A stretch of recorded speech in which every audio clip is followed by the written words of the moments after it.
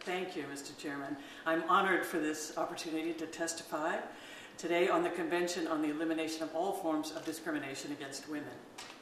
The United States was instrumental in formulating this treaty, as with so many other human rights treaties. The Women's Treaty is at once symbolic and practical, reflecting fundamental American values about human rights and freedom from discrimination. I came by my passion for this issue as a mother and through my work with some very inspiring organizations. As the chairman said, I have spent most of my adult life advocating for women and girls on the board of the White House Project, for 10 years as a trustee of the Women's Sports Foundation. I've also been appointed a commissioner on the California Commission on the Status of Women. 6 years ago, I founded my research institute on gender and children's media. And finally, as I need hardly point out, I was the first woman president of the United States. So I have some authority on this issue. My partnership with UN Women, formerly UNIFEM, is very important to me to help the voices of women to be heard and to encourage more coverage of and focus on issues important to women across the globe.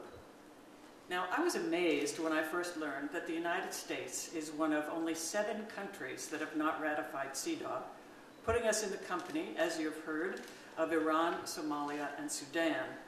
America is a long-standing global leader in human rights. It is critically urgent now for the United States to stand with the 186 countries that have ratified the treaty, rather than with the company we are currently keeping. That's an image of America we cannot allow to continue for one more day.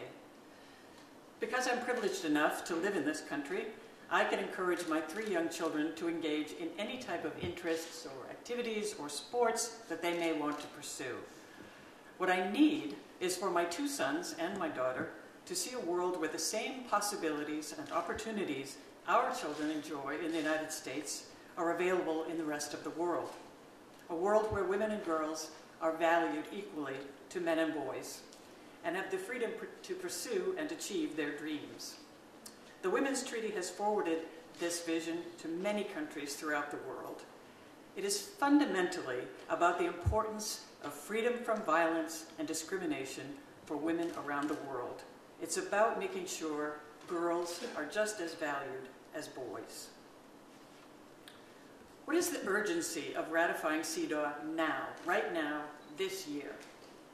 It's urgent because, as Nobel Prize-winning economist Amartya Sen tells us, there are more than 100 million missing women in developing countries who die of cumulative neglect because they're continually treated differently than men, especially in healthcare, medical attention, access to food, etc. It's urgent because every year, at least another 2 million girls die worldwide because of inequality and neglect. It's urgent because the lives of so many women and girls are at stake. It's urgent because the United States cannot stand with Iran, Somalia, and Sudan any longer. Let us instead stand as leader, example, and inspiration to the rest of the world. Mr. Chairman, thank you once again for this opportunity to testify. Thank you.